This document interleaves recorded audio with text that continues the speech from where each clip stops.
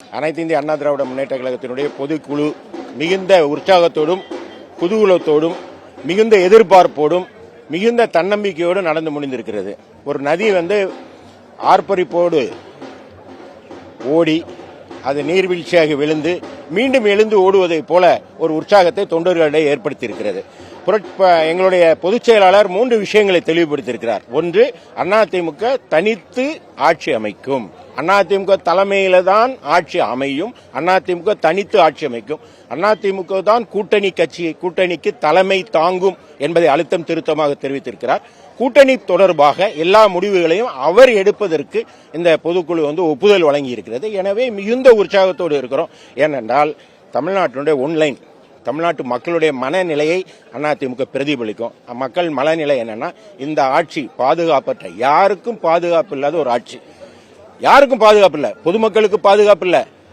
பொதுமக்கள் தங்களுக்கு பாதுகாப்பு இல்லைன்னா நீதிமன்றத்துக்கு போவாங்க.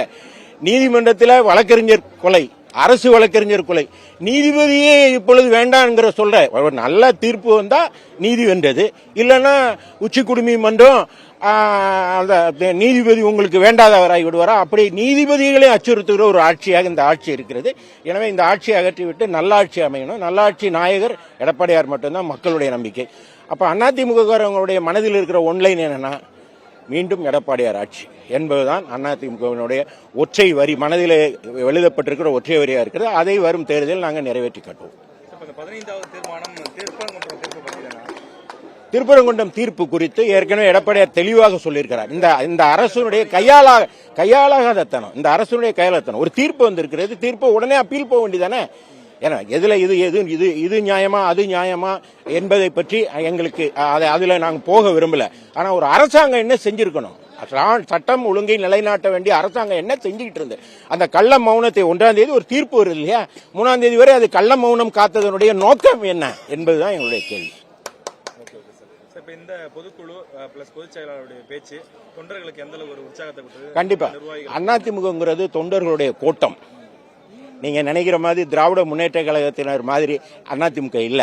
நாங்க தொண்டர்களிடமிருந்து தலைவரை உருவாக்கி இருக்கிறோம், தொட்டில இருந்து தலைவரை உருவாக்கல. இது அதிமுகங்கிறது தொண்டர்கள் கூடி முடிவெடுத்து நடத்துகிற இயக்கம். அது சித்தரஞ்சன் தாஸ் சாலையில் இருக்கிற கிச்சனில் நடத்தப்படுகிற இயக்கம் அல்ல.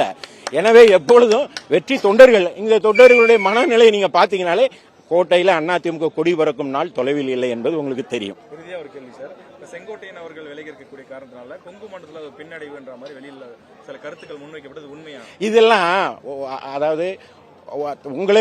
இந்த கேள்வி எங்கிருந்து வருகிறது என்பதை நான் அறிவேன். இது போன்ற அற்ப விஷயங்களுக்கு பதிலளித்து எனது வார்த்தைகளை அசுத்தமாக்கிக் கொள்ள நான் விரும்பவில்லை.